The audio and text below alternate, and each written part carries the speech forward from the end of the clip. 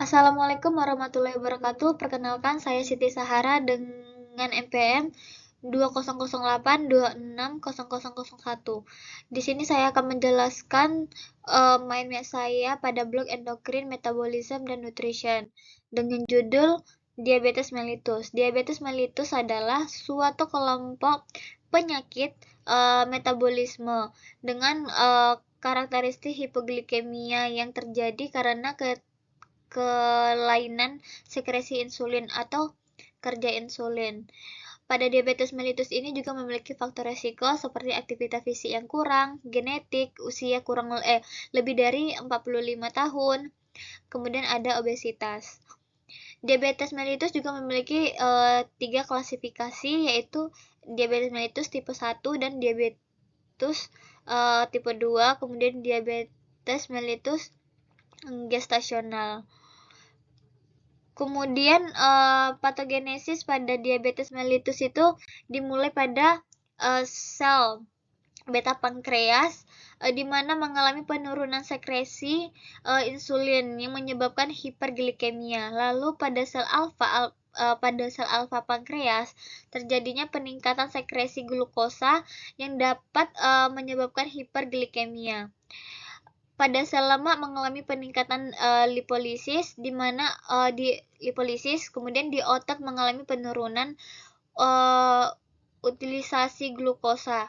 Di hepar mengalami peningkatan glukosa yang menyebabkan penurunan pada sekresi insulin. Lalu di otak mengalami disfungsi pada neurotransmitter yang bisa menyebabkan penurunan sekresi insulin dan menyebabkan hiperglikemia. Kemudian lalu di kolon, di usus halus dan ginjal adanya pada sistem imun yang mengalami disregulasi atau inflamasi yang menyebabkan sekresi insulin yang menyebabkan hiperglikemia. Pada ginjal biasanya terjadi peningkatan reabsorpsi glukosa. Kemudian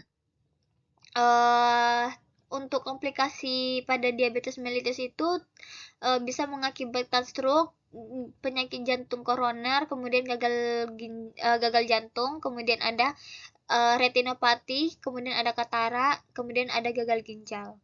Untuk tata laksananya bisa diberikan obat non-farmako dan farmakologi. Untuk non-farmakologinya bisa terapi nutrisi medis, kebutuhan kalori, dan latihan fisik.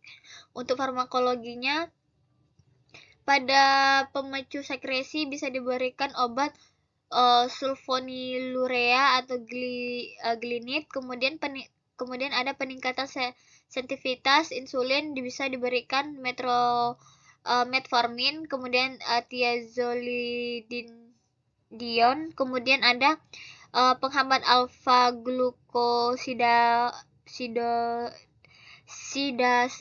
bisa diberikan akarbos, juga bisa diberikan insulin. Untuk cara menegakkan diagnosanya dimulai dari anamnesis, di mana pada anamnesis ditemukan poliuria, polidipsia, kemudian polifrania, kemudian penurunan berat badan. Untuk keluhan tambahan lainnya bisa didapatkan lemah badan, kesemutan, kemudian matanya kabur. Kemudian lakukan pada pemeriksaan fisik dimulai dari head to toe dan pemeriksaan fisik umum lainnya. Kemudian lakukan pemeriksaan penunjang, di mana pada pemeriksaan penunjang ini lakukan pemeriksaan glukosa pada saat puasa, kemudian sewaktu, kemudian TTOG, kemudian HbA1c. Ini referensi yang saya dapatkan. Sekian presentasi saya yang saya buat. Kurang lebih saya mohon maaf. Wassalamualaikum warahmatullahi wabarakatuh.